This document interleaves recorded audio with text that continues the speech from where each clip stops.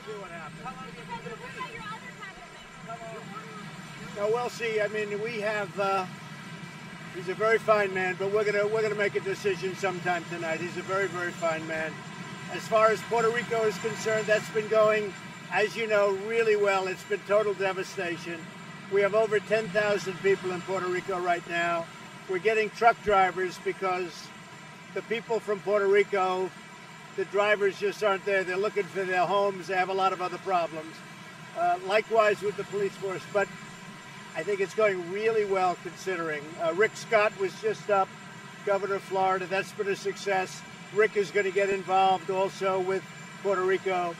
And we've made tremendous strides. Very, very tough situation. And a big question is what happens. We have to rebuild. I mean, if you look at it, the electric's gone, the roads are gone, the telecommunications is gone. It's all gone. And the real question is what's going to happen later. It's a tough situation.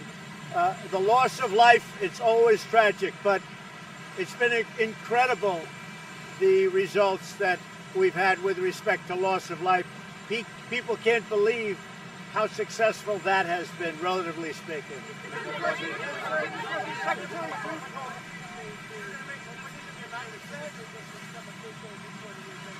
I can't hear you, John. Go ahead. What do you say about the criticism of some officials in Puerto Rico, including the mayor of San Juan, have leveled at relating to saying what you said about it's good news and you're getting the equipment there is really insulting.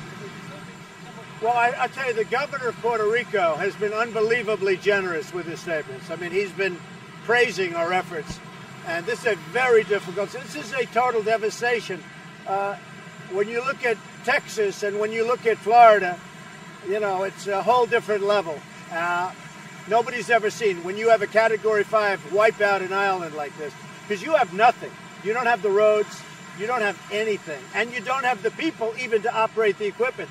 That's why we have literally hundreds of truck drivers being brought into the island to operate the trucks, because those people have lost their homes, so they're unable to do it.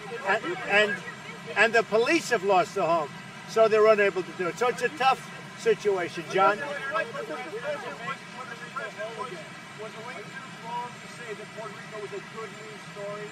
Well, I haven't heard what she said. I can tell you this. We have done an incredible job, considering there's absolutely nothing to work with. And a very big question is, what are we going to do with the power plant? Because the power plant has been wiped out. It's not like, let's go back and fix it. That's what I do. I'm a good construction guy. You don't go back and fix it. There is nothing. The power grid is gone. So we have a lot of big decisions, and you're talking about, the dollars that you're talking about are really tremendous. And I'll be talking with the Democrats, and we'll be talking to Congress about what we're going to do a little bit longer term. In the meantime, we've saved a lot of lives. We've done a really good job, and now we're bringing the people for distribution.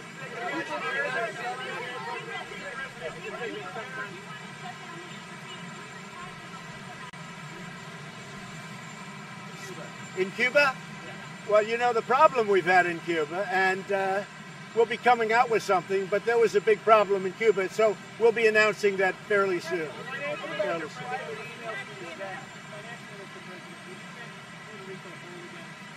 Well, we're looking at Puerto Rico. That's a very, very big thing you're talking about. You know, we're spending hundreds of millions of dollars right now.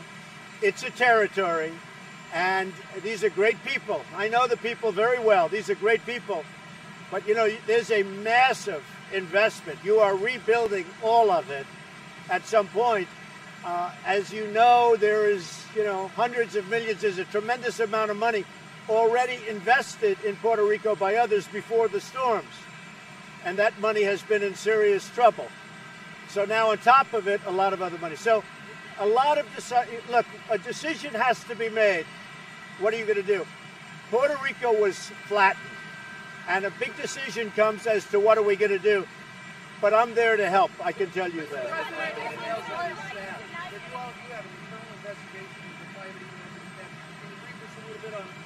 Well, we have great secretaries, and we have some that actually own their own planes, as you know, and that solves that. But we put it in order that no more planes. If you look at past administrations, for instance, if you look at the Obama administration and you take a look at the amount of time that they spent in the air, they spent a lot of time in the air. But I felt very badly because Secretary Price is a good man. But we are looking into it, and we're looking into it very strongly.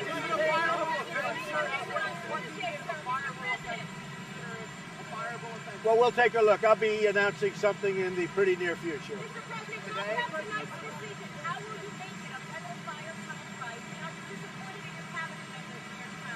I have a great cabinet, and you know, we save hundreds of millions of dollars through negotiation.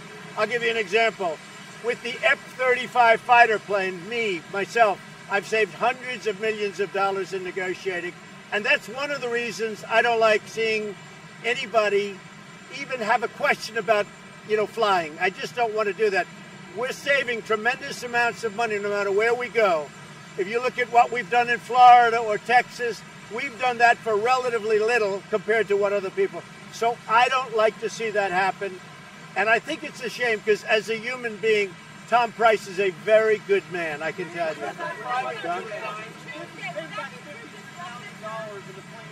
No, that's unacceptable to me.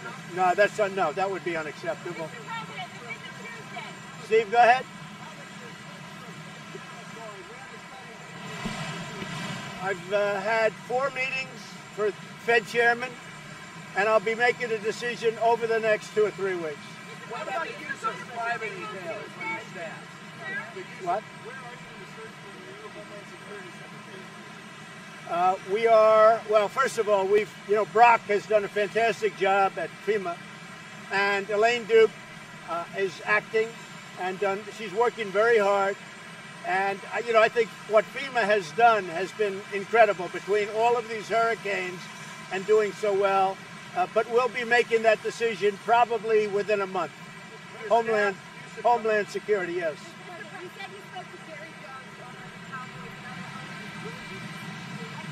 Well, I've spoken to other owners, and I really think it's coming together. I noticed last night, or I was told, I didn't see it, but I heard everybody stood for the national anthem, and that shows respect for our country, our flag, and for the national anthem. So, you know, I'm very happy. I heard that, and they should stand. You have to stand.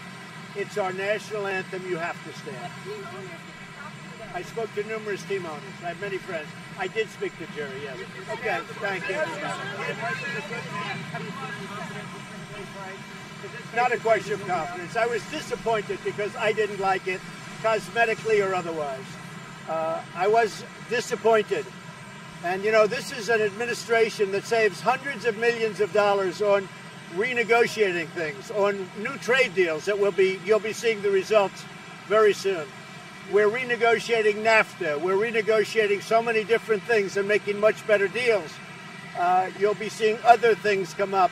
So I don't like to see somebody that perhaps there's the perception that it wasn't right. Well, I don't want to say, but we'll be announcing something today. We'll be announcing something today. I'm not aware of that. Yeah, I mean, I heard it was very ministerial, but I'm not aware of it. Anything else, John? Go ahead, Steve. He always treats me so nicely.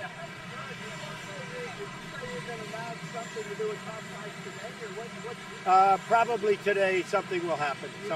Something will be announced. Look, I think he's a very fine person. I certainly don't like the optics. As I said, we renegotiate deals. We're renegotiating trade deals. We're renegotiating, as an example, the F-35 fighter plane.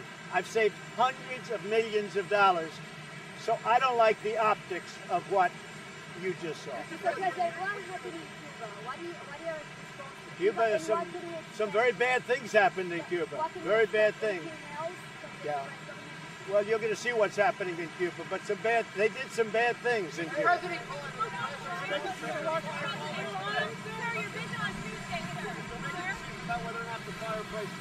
Probably sometime today, yeah.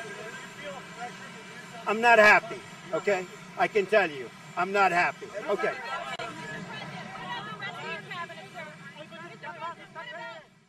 We will make America great again.